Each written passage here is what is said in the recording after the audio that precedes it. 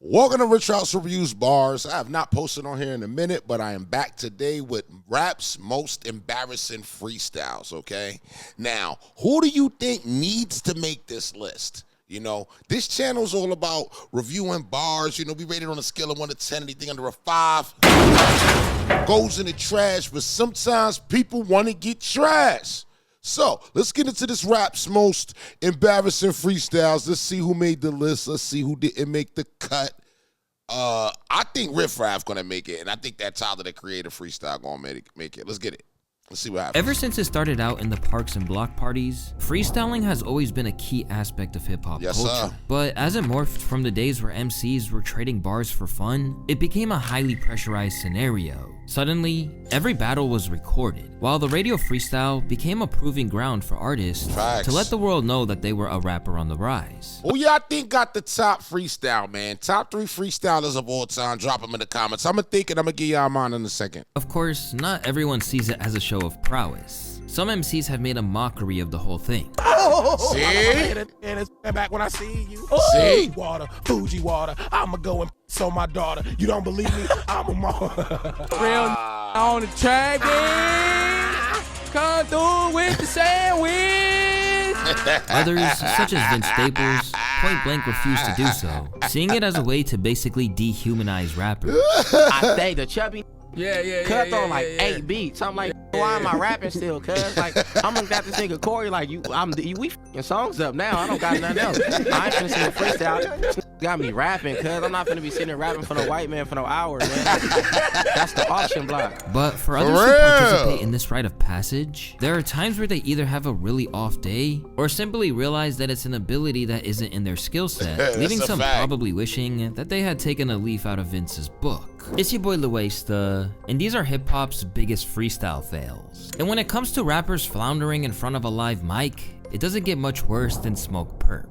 One artist whose relevance brought him to the attention of Travis Scott's Cactus Jack Records, SmokePurpp was really on a roll for a few years, capable both in the booth and as a producer. I never got into SmokePurpp. Hold on. Hey yo, if y'all could name, look, if you was in a situation somebody got a gun to your head and said name 3 SmokePurpp songs, would you live or die? Let me know in the comments. Lil Pump. Purpp seemed to have it all going for him. But when he made a fateful trip to Tim Westwood's Capital Extra show in the UK, he was about to get exposed as someone who really couldn't go off the dome. In a video ironically titled 40 Minutes of Fire, Purpp did everything possible to lose any credibility as a real MC. And not only that, he made a succession of borderline disturbing noises in between his lackluster bars. I ain't seeing this, afraid to let go.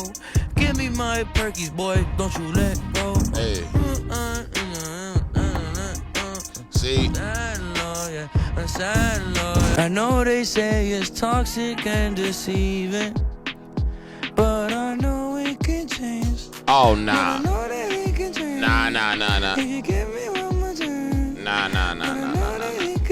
Chill, my youth. Chill, my youth. At one point, Purpp ran out of words. Right booty in the comments. And just started mumbling, literally.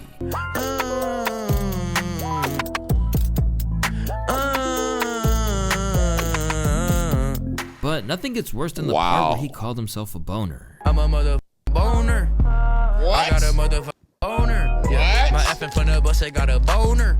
Switching from beat to beat, Smoke seemed to be under the impression that he was killing it, which he expressed on an IG Live after the fact. In the moonlight, in the spotlight, I don't really want the limelight. Niggas put me in the limelight. Niggas put me in the limelight. You can move me in the limelight. But the reality was that he was really flopping hard. And in turn, this has become such an infamous video that it serves as a reminder to some people that it could always be worse. I honestly come to this whenever I'm having a bad day. Then his stupid lyrics get stuck in my head, while at random points later. Thank you for this. If you've watched any of my other videos which featured the Florida rapper, you'll know that he isn't exactly adept at accepting criticism. And this time, he claimed that the fact that he was going over sacred beats from XXXTentacion was the real problem, rather than any lyrical deficits he had. I also gotta realize even the only X made me freestyle on sad too. You know what I'm saying? I did not want to do that. I feel like I did not have the right to freestyle on Saturday Moonlight. In SmokePurpp's case, you see a prime example of someone thinking they've got it on lock when nothing could be further from the truth. And unfortunately, this is something that happens to rappers from time to time. Just take a look at Iggy Azalea's offensive appearance on Slate in the morning. I don't even know why she's a rapper, really bro. Big Iggy stan to not Same thing with Iggy, bro. 3 songs or you die. Let me know in the comments what you live or die. I don't know. These people be trash to me, bro. Except that freestyling really isn't the Australian MC's forte. But beyond that historically bad 16 she delivered at Splash Festival, which felt like she was speaking in the language of creatures from Saturn.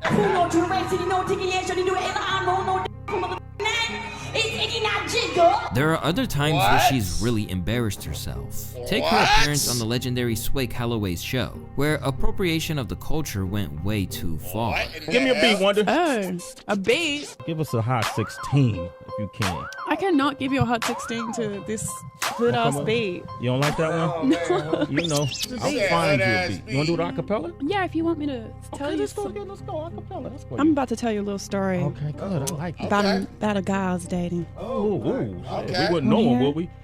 No, you wouldn't know him. Of course not. You don't know Okay. anyone I date, boy. Okay, well, damn, I like this. I'm very private. Despite claiming she couldn't rap over such a hood-ass beat, Iggy then proceeded to deliver her raps like she was in the trap houses of Atlanta her entire life. He got a house on the hill, sits in the valley. Said he trying to move on with life, but he still want to be a good daddy. So I sit in a ride cause I don't want us overlapping. She spending money on Mac, that's cute. I get checks from them in Paris. Better check my tax bracket. What you think was gonna happen? Nagging, now he's leaving, and y'all broke up like madmen. These exes excessively hating on the next bitch. She no housewife, just desperate. I know you trying to let go, but accept it, cause the whole world is watching and the paparazzi is flocking. And we drop in and we shut down your party. The end result was a disgusted audience who were already wary of her deciding that she was a plague upon the culture. The fact that she tried to have a black scent her entire career was disgusting. She's not American. Using the term hood ass. I hate rappers that do that, like having this fake black accent. Like if you really got an accent like that and that's how you talk, that's one thing. But if that ain't your accent, stop capping, you feel me? And calling Sway boy, this ruined how I looked at T.I. Like why the f would you take an Australian immigrant and allow her to embarrass the entire genre of rap? Facts. And with incidents like that, it's really no surprise that hip hop collectively turned its back on her over time. But while what the fancy rapper did was genuinely uncomfortable to have to endure,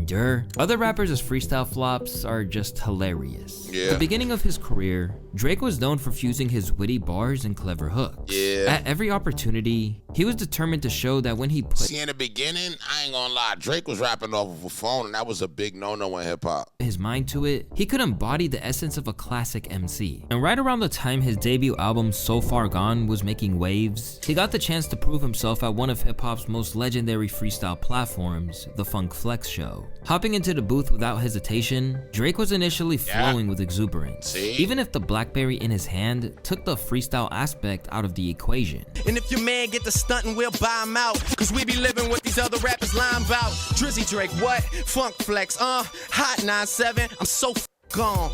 And over time, it became clear that he was over-relying on it as he gradually ran out of lyrics, and did the utmost to cover it up. But all of his monologuing into the mic couldn't fix the problem. That's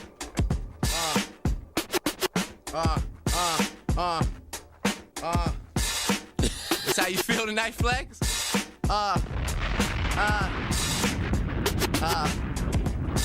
Hold up. See, you called me off now. See? You called me all the way off now. Yeah. All right. I'm gonna get this. Hold on. Can we come back? Wow. Can we do it? Can we come back? Can we come back? Yeah.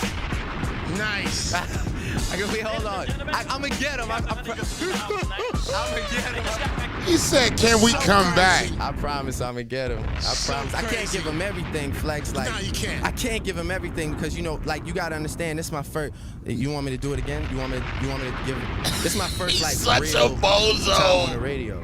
Bear in mind, this is long before Drizzy was ever exposed by Meek Mill. Now just write bozo in the comments. That was such a bozo. Just admit somebody wrote that for you. For the whole Quentin Miller scenario. So what was funny even back then has aged even more hilariously. When you text ghostwriters and they don't reply. In Drake's case, running out of bars that were already being recited from a phone produced a real blotch on his record for hip-hop heads that wanted to see if he could really spit.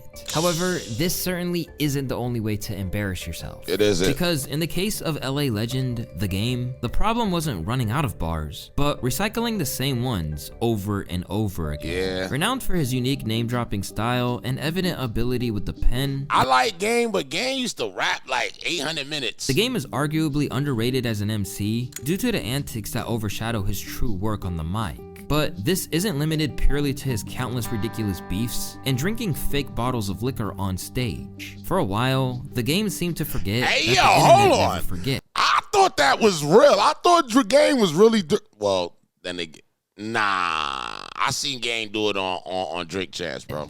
Every time he was asked to freestyle, the Compton MC would repeat the same bars, word for word, regardless of the setting, all while putting on a show like he was coming up with them on the spot.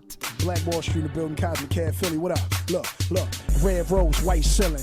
No body, no casket, just blood spilling. I ain't a dead president, but I love millions. They like Game where you been, shit, blood chilling. Put this shit on YouTube, or World Star, wherever the fuck niggas be putting shit. Okay.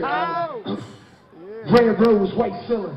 No body, no casket, just blood spilling. I ain't the dead president, but I love millions. They like Game where you been, shit, blood chilling. Red rose, white ceiling. No body, no casket, just blood spilling.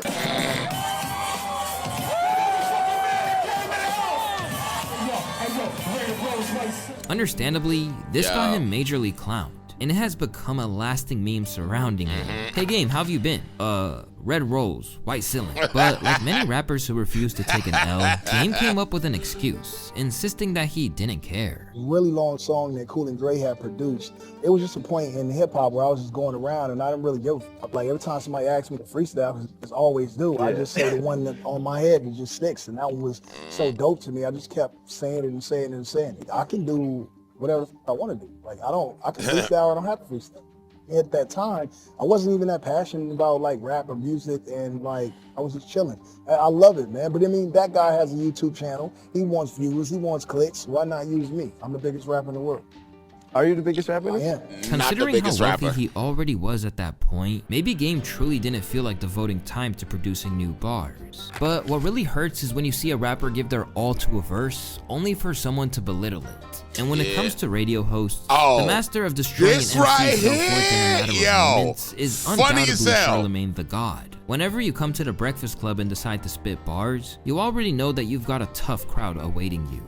But one man who found out just how savage they could be firsthand was Safaree. Towards the conclusion of an interview, he decided it was time to further promote his upcoming project by delivering some bars, only for Charlamagne to make it clear that he felt they were yo, this is hilarious. I'm feeling lyrical and biblical, sitting up on my pedestal. No matter how you see it, I'm the pinnacle. It's pitiful, you an imbecile. If you try to make it physical, you end up critical. Think it's subliminal, nigga, you not no criminal. Stereotypical, don't see me, I'm invisible. Okay, I'm switching up the combative, I'm a really flattened, violent assassin. Got God on my side, Christ with a passion. A bunch of mad fatal attraction. Feeding y'all, that's a distraction. Rip it on any beat, that's an adaption. I'm running out of breath, I'm bringing it back in. Need my money up front, don't deal with a back end. Your pockets on a diet, I'm calling you Atkins. Nah, that ain't it, y'all. You love saying that. We don't rap the same. You go up. One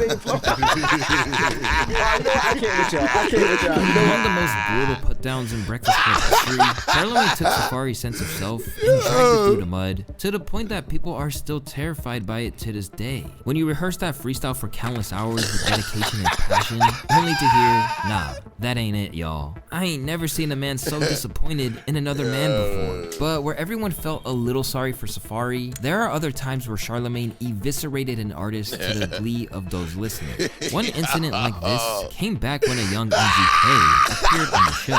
As cocky and brash as ever, MGK spent much of the interview gassing himself up. Did you watch the Rucker Park freestyle? I was on the basketball hoop at Rucker Park. I haven't checked for any of your music, sir. I'm trying to tell you. Like Wild Boys. I'm telling you. Like, look, watch that. That's a legendary night at the Rucker Park. Like, I went there in Harlem with me and 3 of my Cleveland friends and took it over, shut down the entire basketball court, stood on top of the hoop in front of the projects, and made everyone shut the f up. Noting that Charlamagne was unimpressed by all the bragging, he felt that a freestyle would be the ticket to garner his approval. Oh my God. Motherfuckers calling my team Scarface, pushing that white boy like Tony, from the blocks to the island like Coney. Peep out, it's your bony young brother, came from nothing but a couple of pennies to 1, 2, a couple of millies. Now can you feel me? Yes, just terrible. That biatch, Kel's biatch, taught to never snitch.